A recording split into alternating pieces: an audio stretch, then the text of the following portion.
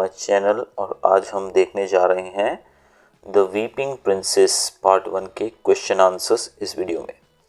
तो बने रहिएगा मेरे साथ लास्ट तक वीडियो में और चैनल को सब्सक्राइब कर लीजिएगा और बेल आइकन भी प्रेस कर दीजिएगा ताकि आने वाले वीडियोस की जानकारी भी आपको मिलती रहे। तो चलिए स्टार्ट करते हैं इस वीडियो को। फर्स्ट क्वेश्चन जो है वो है what did Aseem do as soon as he woke up. Aseem जैसे ही उठा उसने क्या किया। Aseem got up as soon as he woke up. He felt pleased when he woke up because it was a bright day and he was going to play football with his friend Yasir.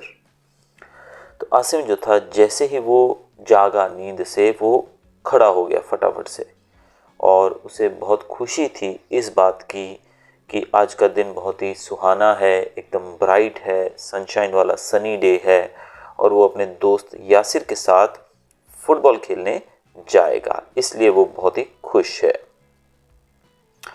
दूसरा question यहाँ पर हम देखेंगे what sort of noise does thunder make. Thunder ने किस प्रकार का noise produce किया, किस प्रकार की आवाज़ प्रोड्यूस की। Thunder makes a loud crashing noise and a deep rumbling noise. तो यहाँ पर जो नॉइज का फॉर्म बताया गया है किस प्रकार का है ये आपको पूरा लिखना पड़ेगा कि बहुत ही तेज़ लाउड क्रैशिंग नॉइज, जैसे कोई चीज़ क्रैश होती है, किसी में टकराती है, ऐसे नॉइज आया। डीप रम्बलिंग नॉइज और एक बहुत ही गहरा गड़गड़ाने वाला साउंड उसको सुनाई दिया।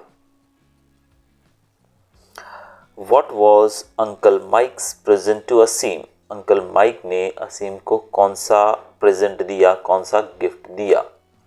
Uncle Mike gave Aseem his stamp album.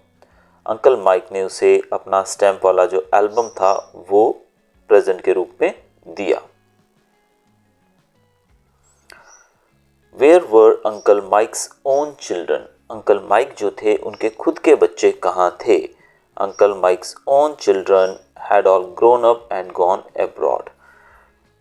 Uncle Mike जो थे उनके सारे ही बच्चे जो थे वो बड़े हो चुके थे और सब लोग अब्रॉड में रहते थे, यानी कि विदेश जा चुके थे। What was the first postage stamp called। पहला जो पोस्टेज स्टैम्प था, पोस्ट स्टैम्प जो था उसे क्या कहा गया। The first postage stamp was called the penny black। ये वर्ड आपको याद करना पड़ेगा, उसका नाम है penny black। What was wrong with every 21st stamp on a sheet of 100।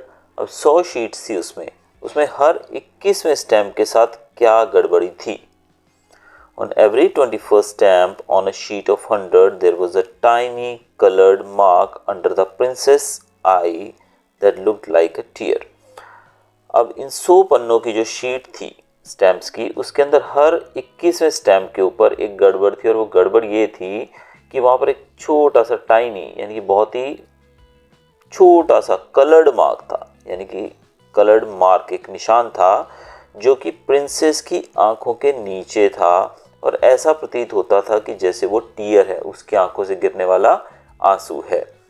These princess stamps were rare so they were more valuable than others। ये princess stamps जो थी ये काफ़ी रेयर थी। रेयर का मतलब होता है बहुत ही, जो दुनिया में बहुत ही कम मिलती है, बहुत ही प्रेशियस थी, बहुत ही कम दिखने वाली थी और इसीलिए इनकी वैल्यू भी दूसरों से ज़्यादा थी। Did Uncle Mike like purists? How did we know? We know that Uncle Mike liked purists because he came to their house on Sundays at breakfast time because he loved Asim's mother's cooking, especially her puris। Uncle Mike जो थे उनको पूरीस बहुत पसंद थी। पूरीस का मतलब यहाँ पर बताया गया पूड़ियों से, जो हम पूड़ियाँ खाते हैं भारत के अंदर, इंडिया के अंदर हम लोग, हमारा जो फूड है उसमें सेव पूरी, दाल पूरी, तो ये पूरी जो होती है, पूड़ियाँ बोलते हैं जिसको हम हिंदी में, तो ये पूरीज जो थी उनको बहुत पसंद थी। कैसे पता लगा हमें पता लगता है कि अंकल माइक जो थे उनको पूरीज बहुत पसंद थी क्योंकि he came to their house on Sundays, क्यों हर रविवार को उनके घर आते थे ब्रेकफास्ट के समय पे और अंकल माइक को असीम की माँ के हाथ की बनी हुई पूरियाँ खाना ही अच्छा लगता था, लेकिन स्पेशली पूरीज उनको बहुत ही अच्छी लगती थी। और he thought that Aseem's mother was the best cook in the world, और अंकल माइक ऐसा समझते थे कि असीम की माता जो है, माँ है, वो वर्ल्ड की बेस्ट कुक हैं।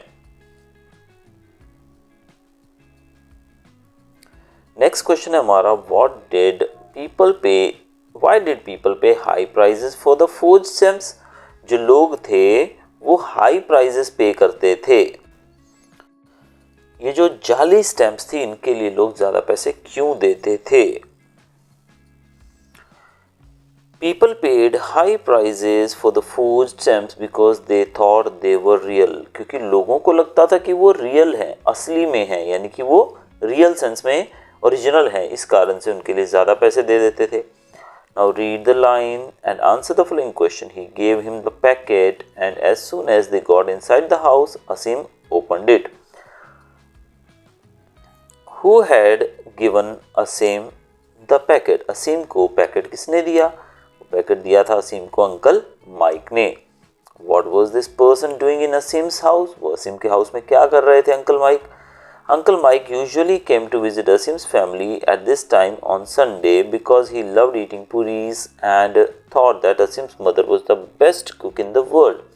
अंकल माइक जो थे वो असीम के घर हर रविवार आते थे पूरीज खाने के लिए, क्योंकि उनको पूरी बहुत पसंद थी और वो मानते थे कि असीम की माँ जो है दुनिया में सबसे अच्छी कुक है और वो सबसे अच्छी पूरी स्पेशली बनाती हैं।